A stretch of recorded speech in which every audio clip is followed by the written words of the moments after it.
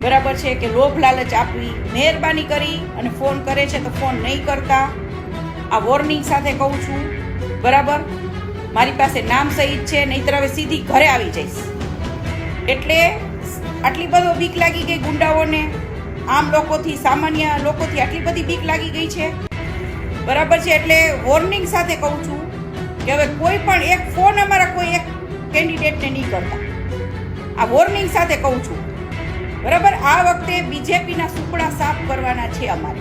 સ્થાનિક સ્વરાજની ચૂંટણીને લઈને આરોપ પ્રત્યારોપની રાજનીતિ શરૂ થઈ ચૂકી છે. એક તરફ કોંગ્રેસ અને આમ આદમી પાર્ટીના નેતાઓ સતત ભાજપ પર આરોપ લગાવી રહ્યા છે કે ભાજપ શામદામ દંડભેદની નીતિ અપનાવી અમારા ઉમેદવારો પાસેથી ફોર્મ પરત લેવડાવી રહ્યા છે. એક બાદ એક આપ અને કોંગ્રેસના નેતાઓ દ્વારા ગંભીર આરોપ પણ લગાડાયા છે. આ બધાની વચ્ચે હવે રાજકોટથી ક્ષત્રિય સમાજના મહિલા આગેવાન અને આમ આદમી પાર્ટીના નેતા પદ્મિનીબા વાળા પણ મેદાને પડ્યા છે અને તેમણે પણ ભાજપ પર આરોપ લગાવતા ચેતવણી આપી દીધી છે.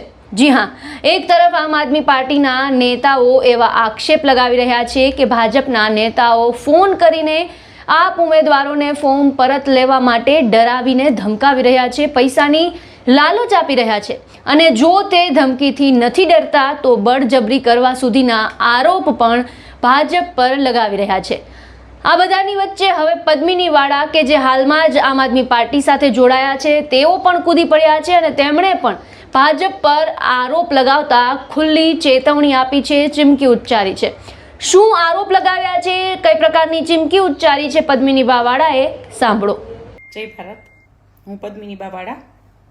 બીજેપી પાર્ટીના ગુંડાઓ છેલ્લા 4 થી 5 દિવસમાં, બરાબર છે, આમ આદમી પાર્ટી અમારી પાર્ટીના કેન્ડિડેટને ખોટી રીતે ધમકાવા, બરાબર છે કે લોભ લાલચ આપવી, મહેરબાની કરી અને ફોન કરે છે તો ફોન નહીં કરતા.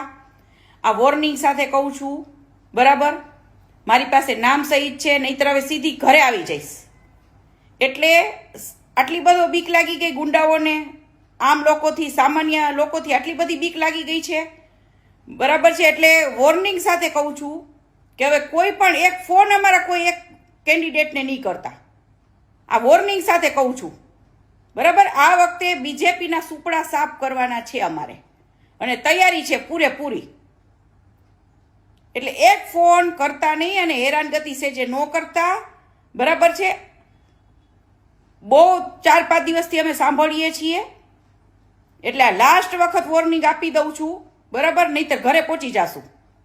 સ્થાનિક સ્વરાજની ચૂંટણી માટે મતદાન આગામી 26 તારીખે યોજાનાર છે અને 28 તારીખે મતગણતરી થશે. ત્યારે તે પહેલા રાજનીતિના રંગ જોવા મળી રહ્યા છે. આરોપ પ્રત્યારોપનો દોર શરૂ થઈ ગયો છે. નેતાઓ ઘરે ઘરે પહોંચી પ્રચાર પ્રસાર કરી રહ્યા છે. વિપક્ષ સત્તા પક્ષ પર ગંભીર આરોપ લગાવે છે તો ભાજપ પણ વળતો જવાબ આપી રહી છે. ત્યારે આ સમગ્ર મામલે આપના શું વિચાર છે અમને કમેન્ટ બોક્સમાં જણાવો અને અમારી ચેનલને લાઇક, શેર અને સબસ્ક્રાઇબ કરવાનું ભૂલશો નહીં.